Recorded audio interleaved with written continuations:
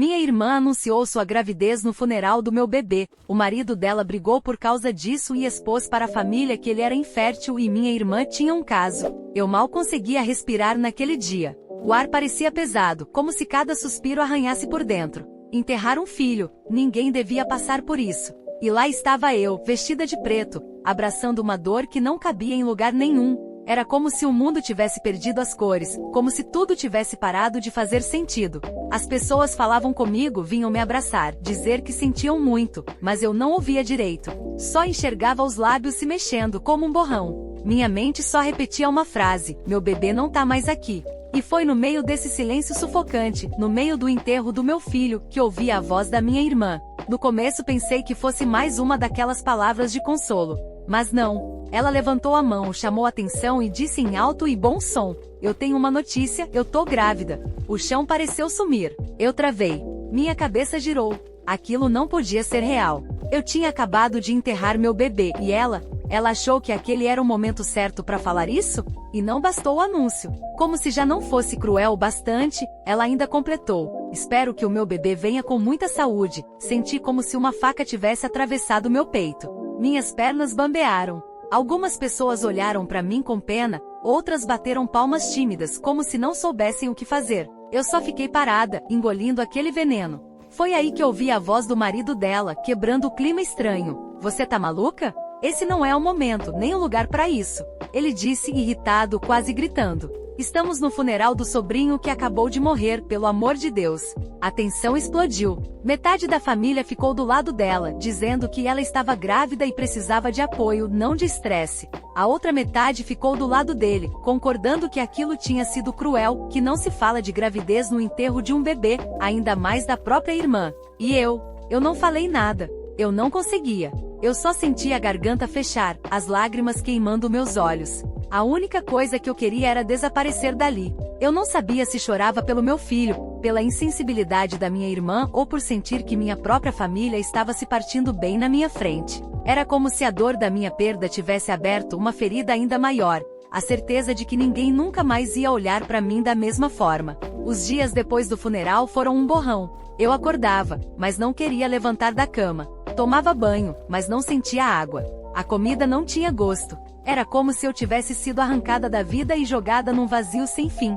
Eu me pegava abraçando o travesseiro como se fosse o meu bebê. Às vezes sonhava com ele, acordava chorando e demorava minutos até lembrar que aquilo não era real. O quarto parecia me sufocar. A cada vez que eu passava pela porta, o silêncio gritava. E como se tudo isso já não fosse o bastante, a cena do funeral não saía da minha cabeça. O sorriso da minha irmã, a forma como ela disse: espero que o meu bebê venha com muita saúde. Aquilo ecoava como uma maldição. Eu não conseguia entender. Não era só falta de tato. Era crueldade. A família, em vez de me dar paz, virou um campo de guerra. Recebia mensagens o tempo todo. Uns diziam: não guarda mágoa, sua irmã não teve maldade, ela só ficou emocionada. Outros defendiam o cunhado: ele tem razão, não era lugar nem momento, ela foi insensível. E eu só queria silêncio. Só queria que me deixassem viver o meu luto. Mas claro, não aconteceu. Uma noite minha mãe apareceu na minha casa, dizendo que eu precisava perdoar. Sua irmã tá grávida, ela precisa de tranquilidade, falou, como se a dor dela fosse maior que a minha. Eu explodi, e eu, mãe, eu acabei de enterrar o meu filho. Eu não mereço tranquilidade? Ela me olhou como se eu fosse egoísta. Foi a primeira vez na vida que senti que minha própria mãe não estava do meu lado. Enquanto isso, meu cunhado andava cada vez mais irritado. Ele me mandou mensagem pedindo desculpas pela cena, dizendo que entendia a minha dor, mas que não aguentava mais a forma como a esposa dele agia. Eu não sabia até onde isso ia parar, mas sentia que alguma bomba ia explodir. Eu passava as noites em claro, rodando na cama, lembrando de tudo. O rosto do meu bebê no hospital, as mãos minúsculas dele, os fios e aparelhos em volta. A sensação de impotência quando me disseram que ele não resistiu. E por cima disso, a voz da minha irmã naquele dia maldito. Eu me perguntava o tempo todo: será que ela fez aquilo de propósito? Será que, no fundo, ela queria roubar a atenção? Eu não tinha respostas, só mais perguntas e mais mágoa. Aos poucos fui percebendo que não era só eu que estava afundando. A família inteira estava rachando. E a rachadura tinha começado exatamente ali, no momento em que minha irmã abriu a boca no pior dia da minha vida. As semanas foram passando, mas a dor continuava cravada em mim como se tivesse acontecido ontem. Todo mundo falava, o tempo cura, vai melhorar, Deus sabe o que faz. Eu ouvia e só queria gritar. Não, não ia melhorar. Não existia consolo para uma mãe que enterrou o filho. Eu evitava sair de casa. Não tinha vontade de ver gente, muito menos de encontrar alguém da família. Cada vez que tocava o celular, meu coração apertava. Era sempre alguém querendo comentar, fofocar ou aconselhar. Eu só queria paz, mas parecia impossível. Enquanto isso, a confusão entre minha irmã e o marido dela só crescia. Primeiro eram brigas em casa, que eu só ficava sabendo por mensagens atravessadas. Depois começaram a se espalhar. Discussões no grupo da família, alfinetadas em reuniões pequenas. Minha irmã fazia questão de se colocar como vítima. Dizia que o marido a tratava mal, que não entendia a gravidez dela, que estava estressando demais. Metade da família corria para defendê-la, dizendo que ela tinha que ficar calma, que não podia passar nervoso por causa do bebê. Do outro lado, meu cunhado falava abertamente que ela tinha sido cruel comigo. Repetia sempre, o que ela fez no funeral foi imperdoável. Eu nunca vou esquecer. E eu, no meio desse fogo cruzado, só afundava mais. Porque não importava o lado, ninguém realmente olhava para mim. Era sempre sobre proteger ela, ou concordar com ele. Eu me sentia invisível, como se minha dor tivesse virado pano de fundo para uma novela de família. Teve um domingo em que todos estavam na casa da minha mãe. Eu não fui, claro, mas soube depois que a briga foi feia. Minha irmã chorava dizendo que o marido não a apoiava. Ele, por sua vez, respondeu que estava cansado das mentiras dela, que ela só pensava em si mesma. Minha mãe tentou apartar, dizendo que gravidez não é fácil e que ele tinha que ser mais compreensivo. Foi aí que, segundo quem me contou, ele bateu na mesa e disse, não é só a gravidez. Essa história tem muito mais coisa que vocês não sabem. Quando fiquei sabendo disso, senti um frio percorrer meu corpo. Eu não sabia o que ele queria dizer, mas pelo tom parecia grave. E de repente eu percebi que aquela tragédia do funeral ainda não tinha mostrado todo o estrago. A dor do meu luto já era insuportável. Mas agora, além disso, parecia que a vida da minha irmã estava prestes a desmoronar, e a família inteira junto. As coisas entre minha irmã e o cunhado só pioravam. A cada semana surgia uma nova discussão, e parecia que ninguém mais falava de outra coisa na família. Era como se meu luto tivesse sido engolido pela briga deles. Eu já estava cansada, mas não tinha como fugir. Todo mundo vinha me contar as novidades, como se eu fosse obrigada a acompanhar. Um dia, recebi uma mensagem do cunhado. Ele dizia, eu não aguento mais. Ela só pensa nela, não respeita ninguém. Eu vou me separar. Eu li aquelas palavras umas 10 vezes. Não sabia se acreditava ou não, mas pelo jeito ele falava sério. Logo depois minha mãe me ligou chorando, dizendo que minha irmã estava arrasada, que ele tinha dito na frente dela que queria o divórcio. Naquele momento senti uma mistura de coisas.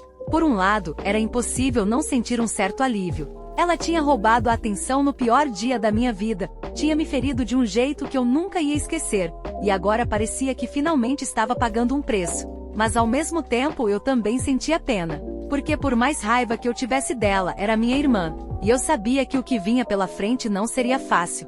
As notícias se espalharam rápido, a família inteira entrou em choque. Uns culpavam ele por abandonar a esposa grávida, outros diziam que ela merecia. Eu assistia de longe, calada, só observando o caos se instalar. Mas o que me chamou a atenção foi a postura dele. Ele não falava como alguém que tomou uma decisão por impulso. Parecia decidido, firme. Diziam que ele já estava dormindo em outro quarto, que evitava qualquer contato com ela. Ela, por sua vez, chorava e se fazia de vítima, repetindo para todo mundo, ele não me ama mais, ele nunca me apoiou, agora tá me deixando nesse momento. E quanto mais ela falava, mais eu percebia que havia alguma coisa que não estava sendo dita. Era como se ele segurasse um segredo, algo que ainda não tinha vindo à tona. E eu estava certa. Alguns dias depois, numa reunião de família que eu não fui, e ainda bem que não, ele deixou escapar o que estava guardando. Eu fiquei sabendo por mensagem, porque logo depois meu celular não parou de tocar. O cunhado tinha olhado nos olhos dela na frente de todo mundo e dito, eu não vou mais viver uma mentira. Eu fiz um exame. Descobri que sou infértil. Esse filho que você diz estar esperando, não é meu. A bomba caiu, e o barulho ecoou por toda a família. Quando a notícia chegou até mim, eu quase deixei o celular cair da mão. Li e reli as mensagens, tentando ter certeza de que não estava entendendo errado. Mas não era aquilo mesmo. Meu cunhado tinha dito para a família inteira que era infértil, e que por isso a gravidez da minha irmã não podia ser dele. Fiquei parada no meio da sala com o coração disparado.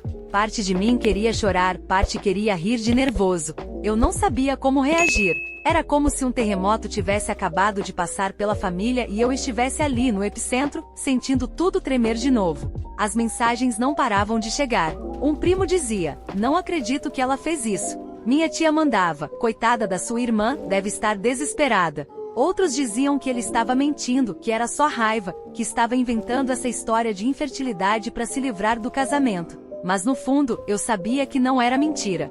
Dava para sentir na forma como ele falava desde o funeral, no tom de voz firme, no jeito de encarar todo mundo. Ele não parecia um homem perdido tentando inventar desculpas.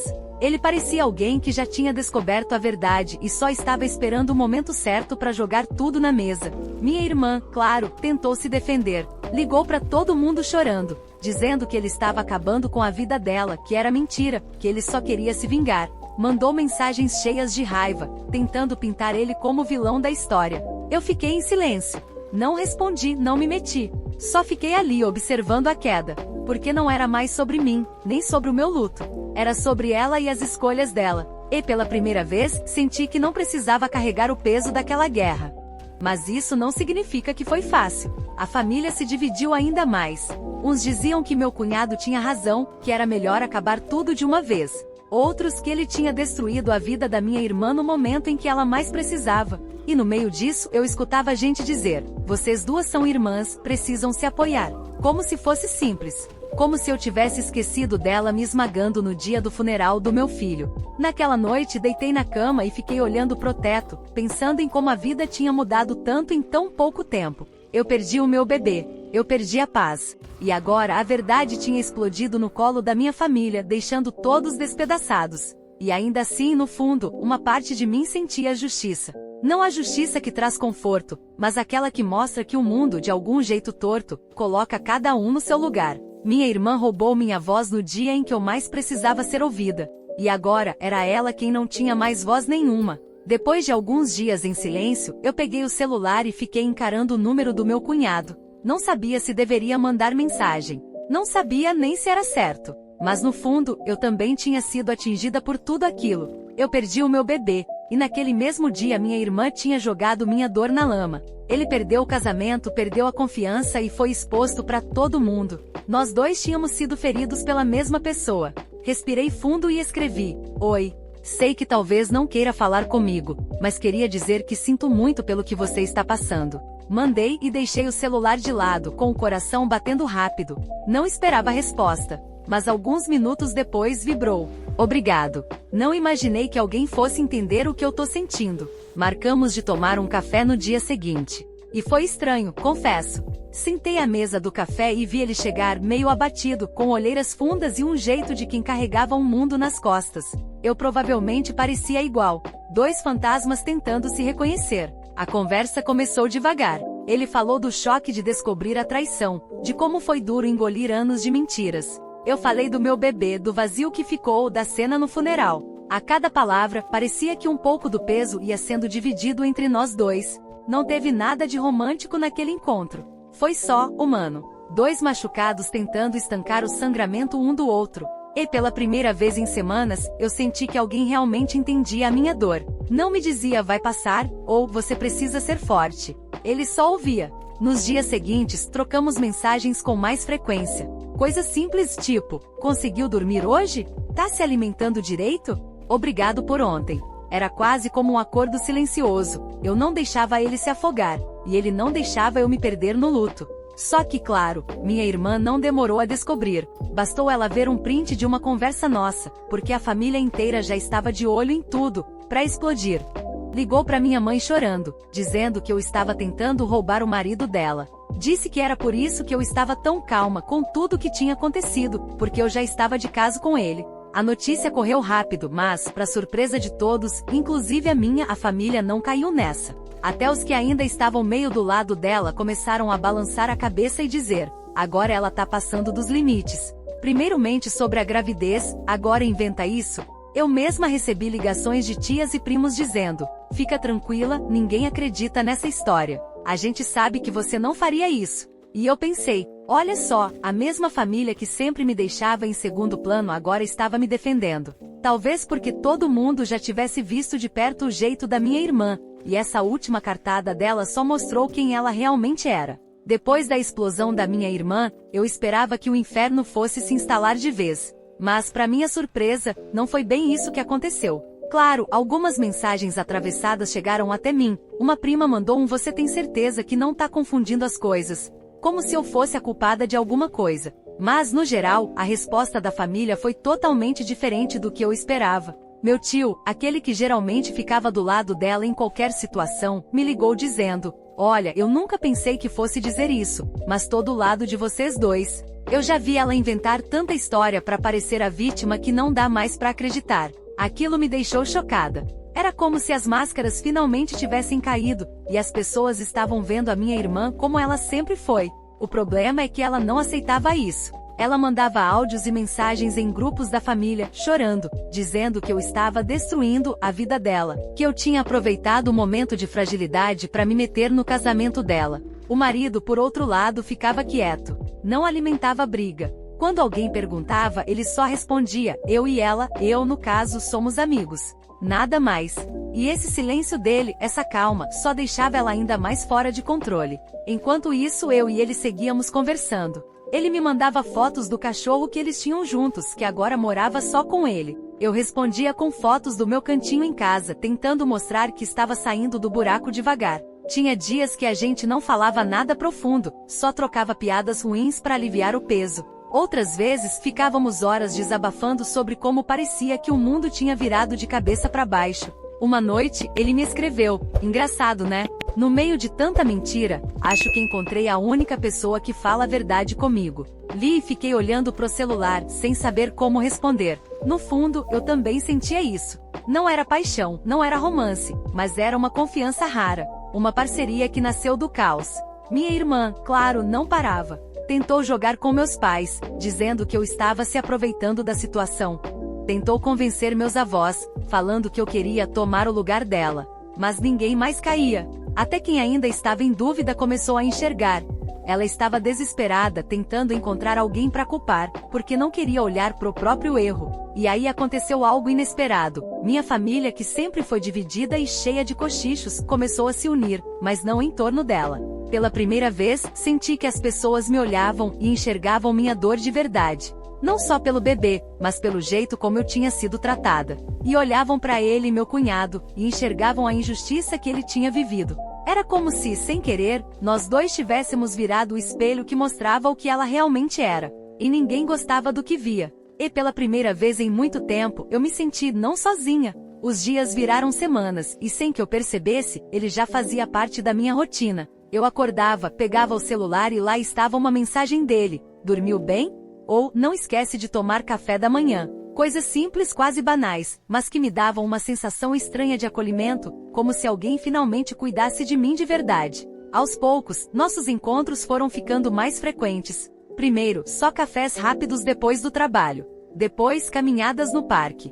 Até que começamos a cozinhar juntos na casa dele, porque ele dizia que não suportava mais comida de delivery. Eu ria, dizia que também não era nenhuma chefe, mas a verdade é que aquele tempo juntos me fazia bem. Era diferente de tudo que eu já tinha sentido. Não tinha aquela pressa, aquela ansiedade. Era leve e natural. A gente falava de tudo, das dores, claro, mas também de música, de filmes ruins que víamos só pra rir, de memórias de infância. Teve uma noite em que ficamos horas lembrando dos anos de Natal em família, e como minha irmã sempre fazia questão de ser o centro das atenções. Rimos tanto que chegamos a chorar, e quando o riso foi embora, ficou só o silêncio confortável de quem não precisa encher o vazio com palavras. Eu sabia que se a família descobrisse que estávamos passando tanto tempo juntos, os cochichos iam voltar com força. Mas, para ser sincera, eu já não ligava. Ele também não. Nós dois já tínhamos sido apontados, julgados, e mesmo assim sobrevivemos. Agora tudo o que importava era o que estávamos construindo. Uma noite, depois do jantar, estávamos lavando a louça juntos. Eu segurava o pano de prato, ele lavava. Parecia uma cena banal, mas foi nesse momento que percebi. Olhei para ele e vi não só o homem ferido, traído, destruído pelo casamento. Vi alguém que estava se reconstruindo ao meu lado, assim como eu. Ele percebeu meu olhar e ficou em silêncio por alguns segundos, até soltar: "Eu não sei como teria aguentado tudo isso sem você." Senti meu peito apertar. Abri a boca para responder, mas as palavras não saíram. Em vez disso, deixei o pano cair e só fiquei ali parada, encarando ele. Foi quando ele largou o prato na pia, enxugou a mão na calça e se aproximou. "Se eu estiver entendendo errado, me fala agora", disse, quase num sussurro. Eu não falei nada, só dei um passo à frente. E naquele instante foi inevitável. O beijo veio leve, cuidadoso, como quem tem medo de quebrar algo precioso demais. Mas depois de tanto tempo carregando dor, foi como respirar depois de meses submersa. Quando nos afastamos, ficamos rindo feito adolescentes, meio sem jeito, meio assustados com o que tínhamos acabado de fazer. Mas no fundo, nós dois sabíamos. Aquilo não era só consolo, não era só apoio. Era o começo de algo novo. E pela primeira vez em muito tempo, eu não senti medo do futuro. A decisão de contar para a família não veio de uma hora para outra. Durante semanas, eu e ele fomos vivendo em uma espécie de bolha só nossa. Mas sabíamos que mais cedo ou mais tarde, alguém ia perceber. E sinceramente eu não queria que descobrissem por boatos. Queria falar com minhas próprias palavras, olhando na cara de quem quisesse questionar. Foi num almoço de domingo que resolvemos anunciar. Meus pais, alguns tios, primos e até meus avós estavam presentes. Minha irmã, claro, também apareceu, com aquela cara de sempre, como se fosse a dona do ambiente. Eu e ele chegamos juntos, o que já fez algumas sobrancelhas se levantarem. Mas até aí, ninguém ousou falar nada. Esperei o momento certo, respirei fundo e disse: "Eu e ele, estamos juntos." O silêncio que se seguiu foi quase ensurdecedor. Alguns olharam de imediato para minha irmã, como se quisessem ver a explosão. E ela não decepcionou. Levantou da cadeira num pulo e começou a gritar: "Eu sabia! Vocês sempre tiveram alguma coisa. Traidores! Vocês planejaram isso desde o começo." Mas a reação não foi a que ela esperava. Minha mãe, que até então costumava protegê-la em tudo, levantou a voz: "Chega, menina! Você já fez estrago demais. Não foi ela que destruiu sua vida, foi você mesma." Meu pai ficou em silêncio, mas balançava a cabeça negativamente, como quem finalmente enxergava algo que estava diante dos olhos há anos. Meus tios murmuravam entre si, e alguns até sorriram de leve, como se estivessem aliviados que as coisas estivessem finalmente às claras.